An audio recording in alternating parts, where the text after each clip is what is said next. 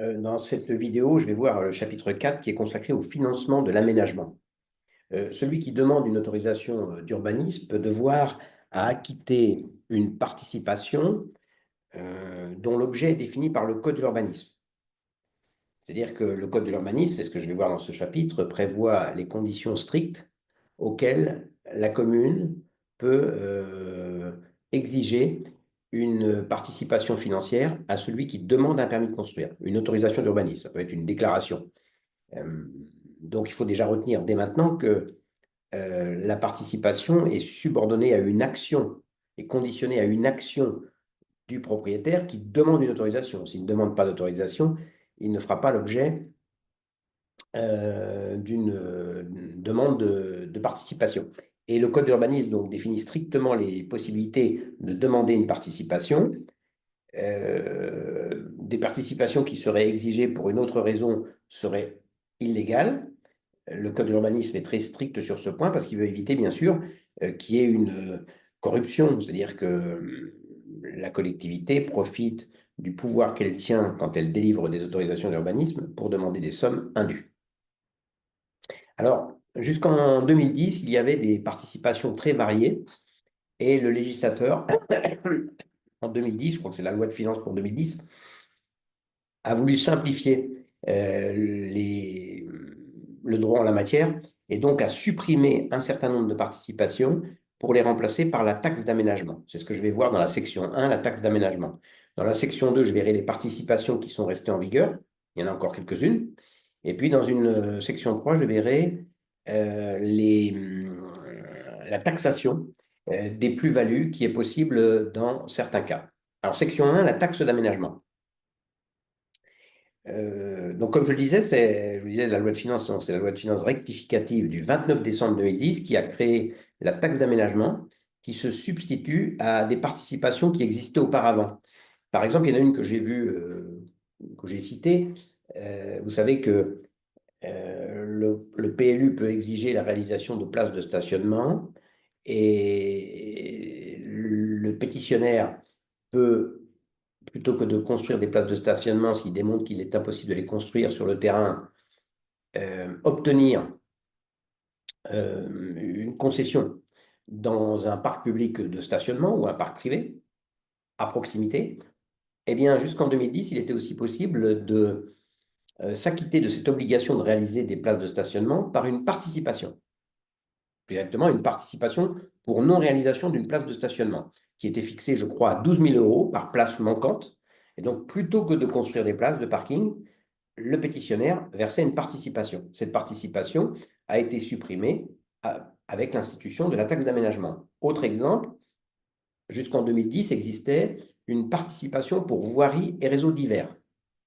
Donc le conseil municipal décidait qu'une voie était soumise à cette participation et toute personne propriétaire d'un terrain riverain de la voie devait, lorsqu'il demandait un permis de construire, tant qu'il ne demandait pas, il ne se passait rien, eh bien, acquitter une participation qui permettait de réaliser tous les réseaux nécessaires pour la desserte de cette voie. Cette participation pour voirie et réseaux divers a été supprimée, elle aussi, et remplacée par la taxe d'aménagement. La taxe d'aménagement est instituée de plein droit dans les communes dotées d'un PLU, c'est-à-dire qu'une commune qui est dotée d'un PLU n'a pas à l'instituer. Au contraire, si elle veut la supprimer, elle doit voter une délibération en ce sens. Dans les autres communes, la taxe d'aménagement n'existe que si le conseil municipal a voté son institution. Il y a une part communale, bien entendu, de taxe d'aménagement, mais il y a aussi une part intercommunale.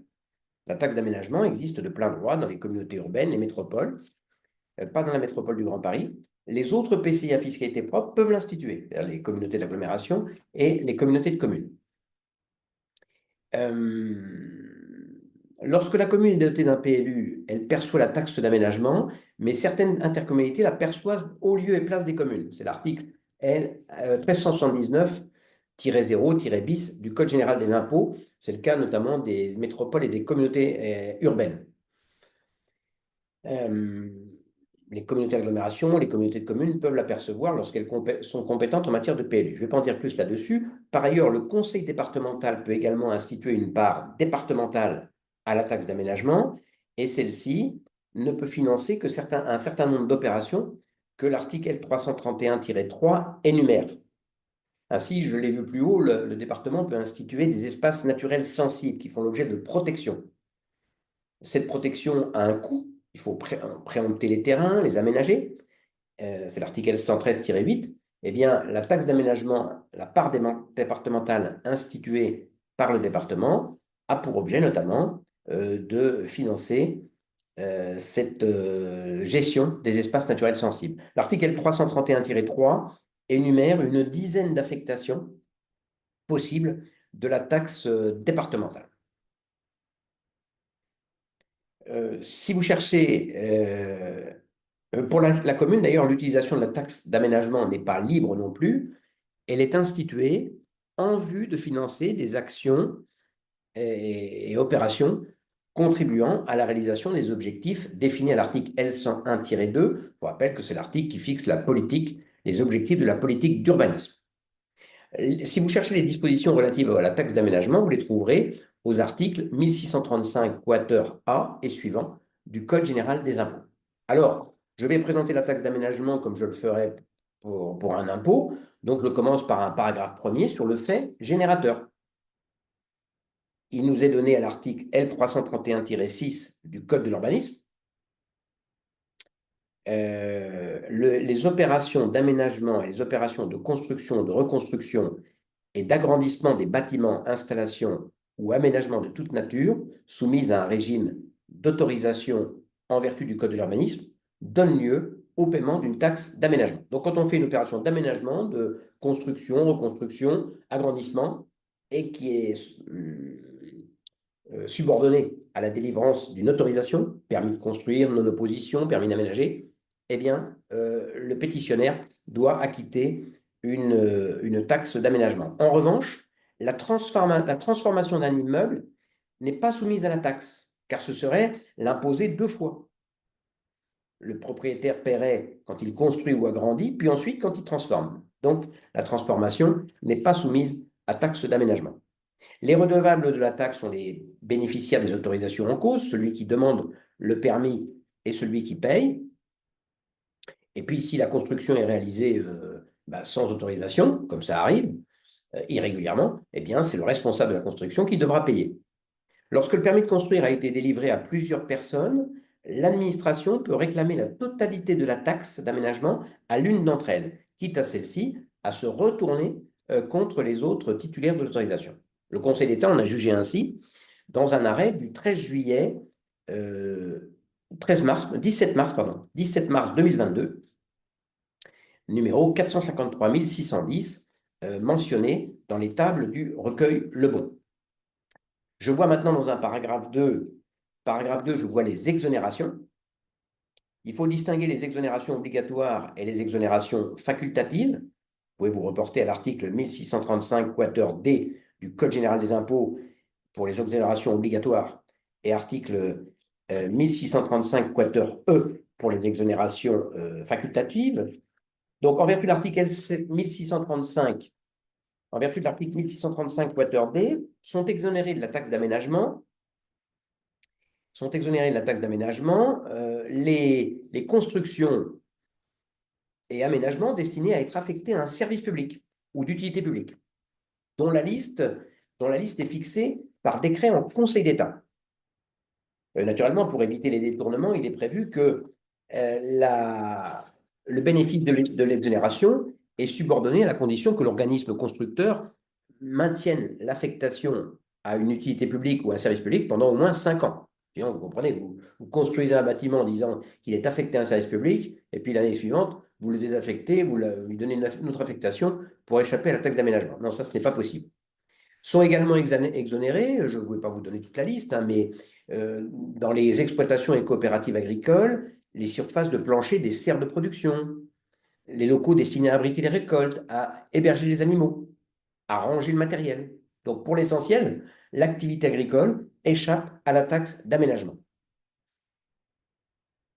Sont exonérés les constructions et aménagements dans les périmètres des opérations d'intérêt national que j'ai vu dans une vidéo antérieure, lorsque le coût des équipements publics, donc là, ce n'est pas automatique, dont la liste est fixée par décret, a été mise à la charge des constructeurs. Donc, il n'y a pas une double imposition. Les constructions, aménagements réalisés dans les zones d'aménagement concerté, pour la même raison, lorsque les équipements publics ont été mis à la charge des constructeurs. Exonération également pour les constructions et aménagements réalisés dans les périmètres délimités par une convention de projet urbain partenarial. Je la verrai plus loin parmi les participations. Eh ben, si le constructeur a conclu une convention de projet urbain partenarial qui va exiger de lui qu'il paye une participation, on ne peut pas lui demander par ailleurs la taxe d'aménagement. Sont également exonérés les aménagements prescrits par un plan de prévention des risques naturels prévisibles, un plan de prévention des risques technologiques ou des risques miniers. Donc, on impose donc des constructions, des modifications de la construction à un constructeur pour des raisons de protection instituées par ce plan. La taxe d'aménagement n'est pas imposée. Autre exonération, la reconstruction sur un même terrain, soit à l'identique d'un bâtiment détruit ou démoli depuis moins de 10 ans, nous avons vu cette disposition, le droit à la reconstruction à l'identique, dans les conditions prévues à l'article L111-15, j'ai vu cet article lorsque j'ai vu le règlement national d'urbanisme, soit de locaux sinistrés comprenant à surface de plancher égale des aménagements rendus nécessaires en application des dispositions d'urbanisme sur d'autres terrains de la même commune ou des communes littorales, de même que limitrophes, pardon, de même nature que des locaux sinistrés. Lorsque la reconstruction porte sur des locaux sinistrés, le contribuable justifie que les indemnités versées en réparation des dommages occasionnels des immeubles ne comprennent pas le montant de la taxe d'aménagement normalement exigible sur les reconstructions. Alors,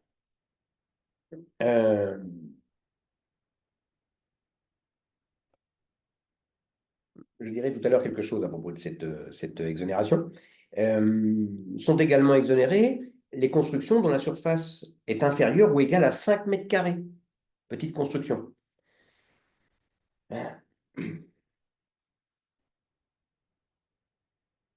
Les surfaces annexes à usage de stationnement aménagées au-dessus ou en dessous des immeubles. Donc, si vous construisez le parking au-dessus ou en dessous, c'est exonéré de la taxe parce que ça consomme moins qu'un parking qui serait installé plus loin ou à côté. Voilà donc un certain nombre d'exonérations obligatoires. En vertu de l'article 1635 quater E, le conseil municipal ou le conseil de l'EPCI, s'il est devenu compétent, peut exonérer, donc là, ce n'est pas obligatoire, un certain nombre de travaux. Par exemple, peuvent être exonérés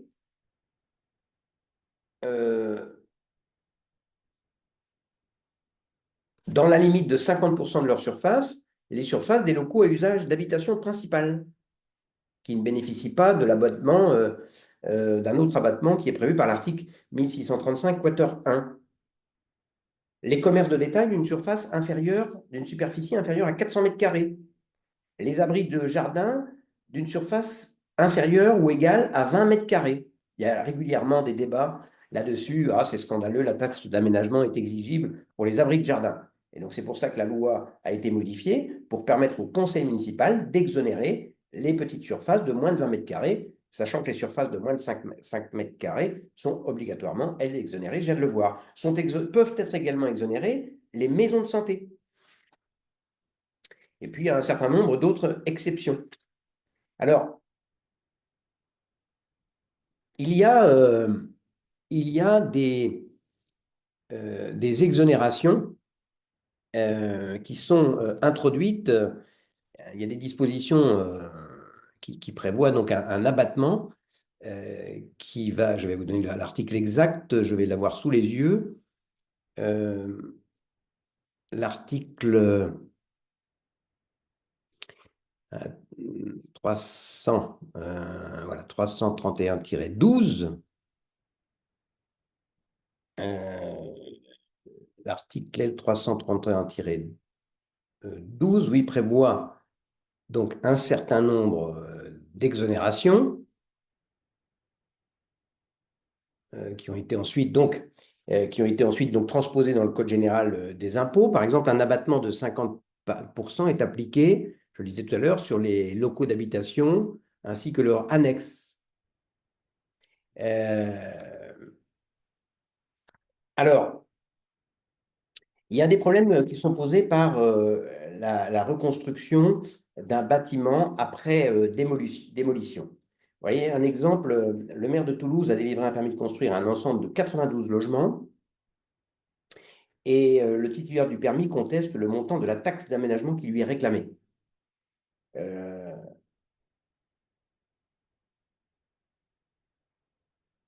Et dans cette affaire, la question qui se posait, donc c'est un arrêt du Conseil d'État du 19 décembre 2019, numéro 419 800, mentionné dans les tables du recueil Lebon, c'est la situation dans laquelle il y a plusieurs dégrèvements ou abattements qui sont possibles.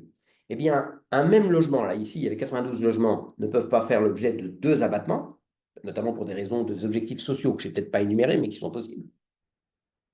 Mais dans un même immeuble, eh bien, certaines parties de l'immeuble, certains appartements peuvent bénéficier d'un abattement parce qu'ils remplissent les conditions, et d'autres d'un autre abattement parce qu'ils remplissent les conditions. S'agissant de la reconstruction d'un bâtiment qui a été détruit, c'est ce que je disais à l'instant, la loi de finances pour 2022, c'est l'article 110 de la loi du 30 décembre 2021, a apporté une modification. Je vous ai dit, quand quelqu'un reconstruit un bâtiment détruit ou démoli dans les 10 ans, donc il a le droit de reconstruire, il a un droit à la reconstruction, c'est l'article L111-15 qui le prévoit, que j'ai vu dans le règlement national d'urbanisme. Le problème, c'est que la jurisprudence a entendu strictement la condition de reconstruction à l'identique. Il faut que le bâtiment ait la même destination, le même aspect extérieur, la même surface de plancher, même dimension et même implantation. Alors, parfois, les règles d'urbanisme exigent que sur l'une ou l'autre de ces critères, il y ait changement. Et donc, l'administration fiscale considérait que s'il y avait un changement sur l'un de ces aspects, il n'y avait pas reconstruction à l'identique et pas d'exonération. Donc, d'un côté, on disait, non, vous ne pouvez pas reconstruire, on vous autorise à reconstruire, bien sûr, puisque l'article 111-15 l'impose, mais on va vous demander de changer l'implantation d'un mètre ou de 2 mètres. Et donc, l'administration fiscale dit, dès lors qu'il y a eu changement d'implantation, ce n'est pas une reconstruction à l'identique, il n'y a pas d'abattement. Et c'est pour ça donc, que la loi de finances pour 2022 a modifié le texte pour permettre donc le maintien de l'exonération dès lors qu'il y a reconstruction sur un même terrain, soit à l'identique, soit des locaux sinistrés, rendus nécessaires, ainsi que la reconstruction sur d'autres terrains de la même commune ou des communes limitrophes, des locaux en cause. Vous voyez, la reconstruction pourra ne pas être au même endroit, sur la même implantation, ne pas être identique, et il y aura quand même exonération dès lors qu'il y a reconstruction. Paragraphe 3, la base d'imposition. L'assiette de la taxe d'aménagement est constituée par la valeur déterminée forfaitairement par mètre carré de la surface de la construction. Donc, on va dire, dans telle commune, telle région, il y a une valeur forfaitaire de temps par mètre carré. Valeur des aménagements et installations déterminée forfaitairement dans les conditions prévues par le code. La surface de la construction s'entend, qui est passible de la taxe, s'entend de la somme des surfaces de plancher closes et couvertes sous une hauteur de plafond à 1,80 m, calculée à partir du nu intérieur des façades, déduction faite des vides et des trémies. Article L331-10, c'est un article que j'avais vu notamment pour définir la surface de plancher. Donc, quand la pièce fait moins de 1,80 m, elle n'est pas habitable, elle n'est pas soumise à la taxe d'aménagement. La surface se calcule à partir du nu intérieur, important, parce que maintenant, vous avez des isolations par l'extérieur qui font 10 cm de large. Eh bien, cette isolation n'est pas comprise dans la surface assujettie à la taxe d'aménagement. La valeur par mètre carré, je dis, on applique donc sur une construction, la construction fait 100 mètres carrés, au sens de l'article L331-10, donc on ne compte pas les surfaces des pièces qui ont une hauteur inférieure à 1,80 m. Donc, on va appliquer à la surface telle qu'elle est définie à l'article L331-10 un forfait au mètre carré. c'est à l'article 331-11. Il était de 660 euros en 2011. Maintenant, il est à 759 euros hors Île-de-France en 2020 et 860 euros en Île-de-France. Donc 100 mètres carrés, ben, on dit voilà, ben, la base imposable, c'est 100 mètres carrés fois 860 en Île-de-France. La taxe d'aménagement est assise sur la totalité de la surface de la construction nouvelle sans qu'il y ait lieu d'en déduire la surface supprimée. Vous voyez, c'est un exemple, c'est un arrêt du Conseil d'État du 25 mars 2021, numéro 431 603, mentionné dans les tables du recueil Lebon. Donc, dans cette affaire, une personne demandait un permis, elle demande une réduction de la taxe d'aménagement, elle estime que la taxe a été indûment calculée, et le Conseil d'État juge qu'il résulte des dispositions applicables à la taxe que celle-ci est assise sur la surface de la construction créée à l'occasion de toute opération de construction, reconstruction, doit être regardée comme une reconstruction, une opération comportant, la construction de nouveaux bâtiments à la suite de la démolition totale des bâtiments existants. Dans ce cas, la taxe d'aménagement est assise sur la totalité de la surface de la construction nouvelle, sans qu'il y ait lieu d'en déduire la surface supprimée. Donc, dans cette affaire, les travaux de construction réalisés par la société requérante avaient été précédés de la démolition totale des bâtiments existants. Par suite, l'opération doit être regardée comme une reconstruction, de sorte que l'assiette de la taxe devait être calculée sur la base de la surface totale des constructions nouvellement créées. La construction initiale faisait 160 mètres carrés, elle fait 100 mètres carrés désormais, eh bien la taxe est de 100 mètres, est calculée sur les 100 mètres carrés. Il y a reconstruction lorsqu'il s'agit d'une démolition totale et agrandissement s'il s'agit d'une démolition partielle. Vous voyez, c'est un arrêt du Conseil d'État du 31 mars 2022, mentionné dans les tables du recueil Lebon. Donc, dans cette affaire, à l'occasion d'un litige, une société qui est assujettie à la taxe d'aménagement conteste la différence de traitement opérée selon qu'il s'agit d'une reconstruction après démolition ou d'un agrandissement. Cette différence, selon elle, méconnaîtrait le principe d'égalité devant la loi fiscale garanti par la Constitution.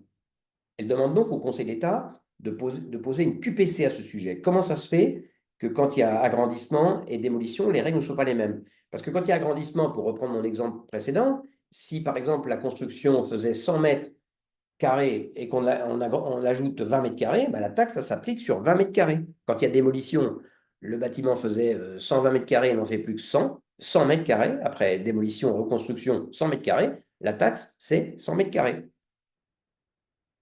Ça s'applique sur 100 mètres carrés.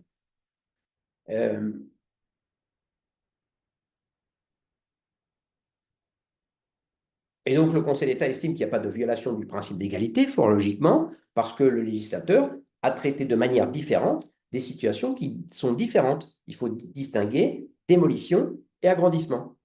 Et dans la démolition, par exemple, le bâtiment faisait 200 mètres carrés, le bâtiment reconstruit fait 180 mètres carrés, la taxe est calculée sur 180 mètres carrés sans qu'il y ait lieu de retrancher les 20 mètres carrés supprimés.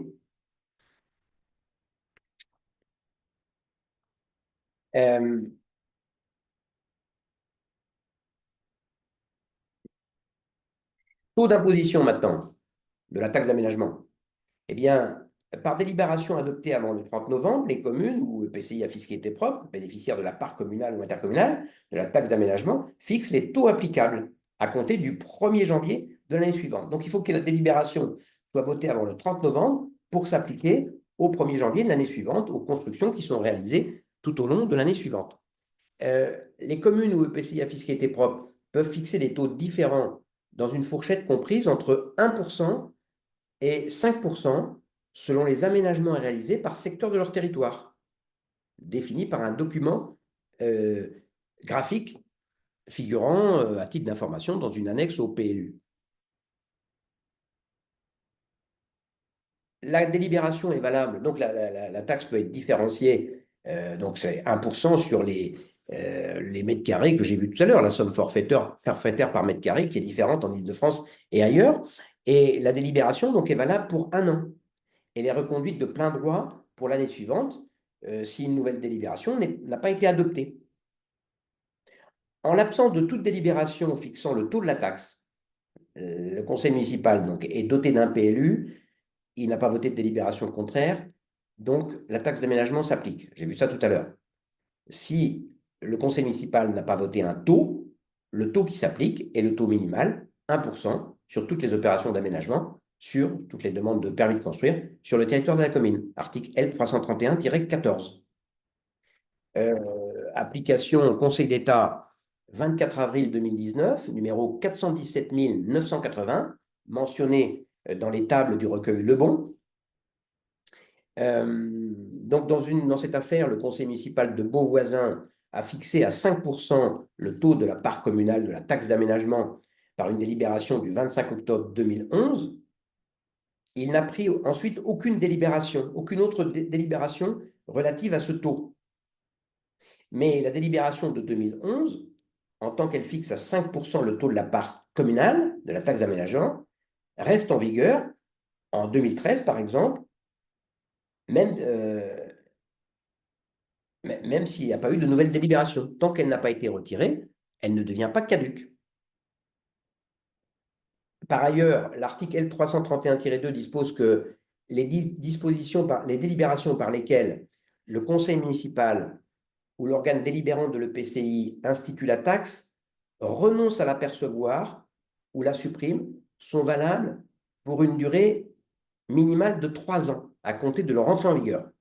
Donc les délibérations par lesquelles la commune institue la taxe, le conseil municipal institue la taxe, la supprime ou renonce à la percevoir ou la supprime sont valables 3 ans. Selon le Conseil d'État, il résulte de ces dispositions éclairées par les travaux préparatoires de la loi de finances de 2010, par laquelle la taxe a été instituée, que le législateur a entendu reproduire des dispositions qui étaient applicables auparavant à une ancienne taxe, la taxe locale d'équipement. Et donc, il en résulte que la durée minimale de 3 ans prévue pour la validité des délibérations, par laquelle la taxe est instaurée ou supprimée, fait obstacle à ce que la collectivité, pendant 3 ans, revienne sur le régime qu'elle a fixé, décider de l'instaurer ou de la supprimer. Elle ne peut pas y revenir avant le terme de 3 ans. Mais, passé 3 ans, cette délibération n'est pas caduque. En l'absence de délibération, elle continue à produire ses effets. Conseil d'État, 9 mars 2016, numéro 391 190, mentionné dans les tables du recueil Lebon. Dans cette affaire, c'est le département de Savoie qui a institué la taxe d'aménagement à un taux de 2,5% le 27 juin 2011. Et en 2015, le préfet de Savoie a informé le département que, à partir du 1er janvier 2015, le département ne peut plus percevoir la taxe puisque la délibération de 2011 a expiré, les 3 ans sont passés. Eh bien, le Conseil d'État censure ce raisonnement parce que la délibération est valable 3 ans. Si la commune ou le département ici choisit de l'instituer ou de supprimer la taxe, ça vaut pour 3 ans. La commune ne pourrait pas revenir dans ce délai pour dire finalement j'avais dit que je la supprimerais, je la réinstaure. Mais passé 3 ans, la délibération est toujours en vigueur. Donc la taxe est toujours, dans cette affaire, le département de Savoie pouvait toujours réclamer la taxe d'aménagement qui était toujours en vigueur. La commune peut également instituer, je dis, la taxe peut aller de 1 à 5%, mais selon les quartiers, mais elle peut instaurer également une taxe majorée jusqu'à 20% dans certains secteurs. Mais dans ce cas-là, le conseil municipal doit prendre une délibération motivée et justifier donc cette taxe majorée par la nécessité de réaliser des travaux substantiels de voirie ou de réseau ou la création d'équipements publics rendus nécessaires en raison de l'importance des constructions nouvelles édifiées dans ces secteurs. Article L331-15.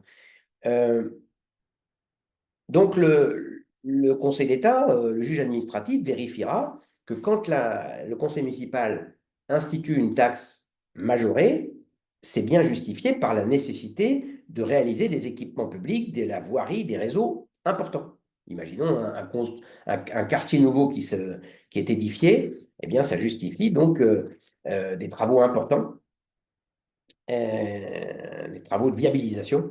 Et donc, la commune pourra instituer une taxe majorée, mais le Conseil d'État vérifiera, le juge administratif vérifiera que les travaux justifient bien cette taxe majorée. Exemple, un arrêt du Conseil d'État du 9 mars 2016, numéro 391 190, mentionné dans les taxes, dans les tables du recueil Lebon.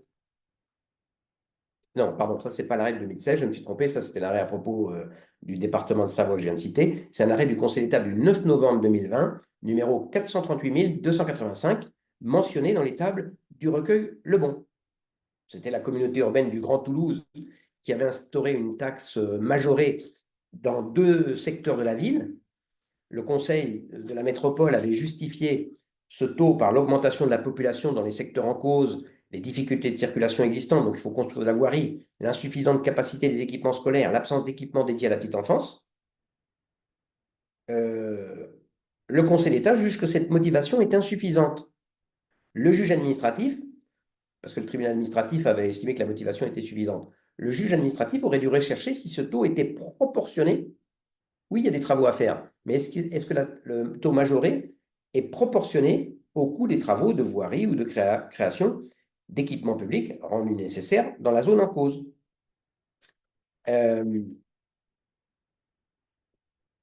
Autre exemple, Cour administrative d'appel de Toulouse, 15 mars 2022, numéro 20 TL 01 209. Là encore, hein, c'est une commune de Pyrénées-Orientales, Sals-le-Château, qui a institué une taxe d'aménagement majorée de 20% dans un secteur de la ville. La Cour administrative d'appel juge que cette taxe majorée est illégale parce que la commune ne l'a pas suffisamment motivée. Elle fait état de la nécessité de travaux dans le secteur, mais elle ne communique aucun chiffrage prévisionnel du coût des travaux de voirie devant être réalisés ou la création d'équipements publics généraux. Insuffisante motivation. Paragraphe 5, décharge, réduction ou restitution.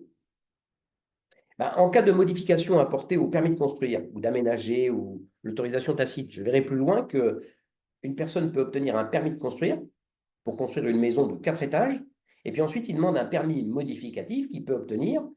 Il estime qu'il souhaite ne plus construire qu'un immeuble de 3 étages. La surface a changé. La taxe demandée va changer puisque la surface est moindre. Donc, en cas de modification apportée au permis de construire ou d'aménager ou à l'autorisation tacite, le complément de taxe dû en échéance unique fait l'objet d'un titre de perception émis dans le délai de 12 mois à compter de la délivrance du permis modificatif. Article L331-24. Ça, c'est l'hypothèse inverse de celle que je viens de voir. Une personne a obtenu un permis de construire pour construire une maison, un immeuble de 3 étages. Il demande un permis modificatif pour construire un 4e étage. Eh bien, il faut une taxe majeure, un supplément de taxe qui sera exigible dans l'année d'obtention du permis tacite, du permis modificatif. Le redevable de la taxe peut en obtenir la décharge, la réduction ou la restitution totale ou partielle en cas de modification de l'autorisation. C'est l'hypothèse que je voyais auparavant, article L331-30.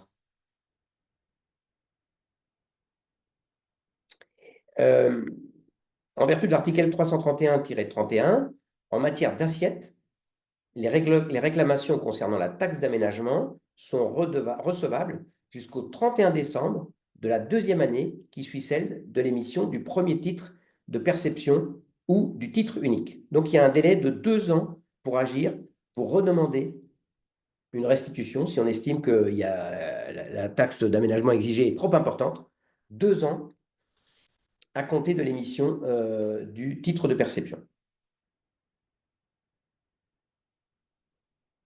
Donc jusqu'au 31 décembre de la 2e année qui suit celle de l'émission du titre de perception. Donc,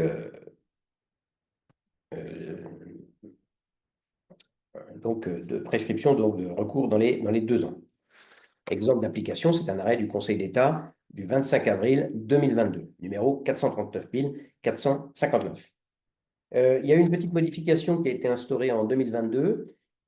Avant 2022, la taxe d'aménagement était exigible 12 mois après l'obtention du permis, si la taxe due était d'un montant inférieur à 1 500 euros. Si elle était supérieure à 1 500 euros, elle était exigible en 2 fois, soit 50%, 12 mois après l'autorisation d'urbanisme et 50%, 24 mois après. La loi de finances pour 2021, c'est la loi du 29 décembre 2020, a modifié le fait générateur de l'exigibilité. Depuis 2021, donc, la taxe est exigible à la date d'achèvement définitif des travaux, au sens de l'article 1406 du Code général des impôts. Donc, depuis le 1er septembre 2022, parce que ce texte est entré en vigueur en 2022, depuis le 1er septembre 2022, le fait générateur de la taxe n'est plus la délivrance d'un permis de construire, comme c'était le cas, comme je viens de vous le décrire, mais la déclaration attestant l'achèvement et la confirmation des travaux. Je verrai dans la vidéo suivante les participations, celles qui ont subsisté depuis la création de la taxe d'aménagement.